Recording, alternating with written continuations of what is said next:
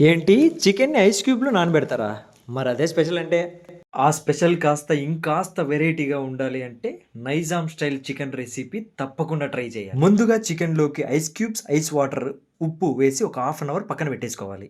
Half an hour తర్వాత ఒక పెద్ద కడాయి తీసుకొని అందులోకి ఆ చికెన్ వేసి పసుపు, ఉప్పు, పెరుగు, అల్లం వెల్లుల్లి పేస్ట్, బాదం, కాజు, కొబ్బరి, గసాలు మిక్స్ చేసిన పేస్ట్, చికెన్ మసాలా, గరం మసాలా, కారం, ఫ్రైడ్ ఆనియన్స్, టేబుల్ స్పూన్ నెయ్యి, ఆయిలు, సాఫ్రాన్ మిక్స్ చేసిన పాలు వేసి బాగా మిక్స్ చేసి ఒక 1 అవర్ పక్కన పెట్టేసుకోండి. ఐస్ క్యూబ్స్‌లో నానబెట్టడం వల్ల ముక్క అప్పటికే బాగా మెత్తగా అయ్యుంటుంది. 1 అవర్ తర్వాత అదే కడాయిని తీసుకొచ్చి స్టవ్ మీద హాఫ్ అన్ అవర్ మీడియం ఫ్లేమ్‌లో కుక్ చేయండి.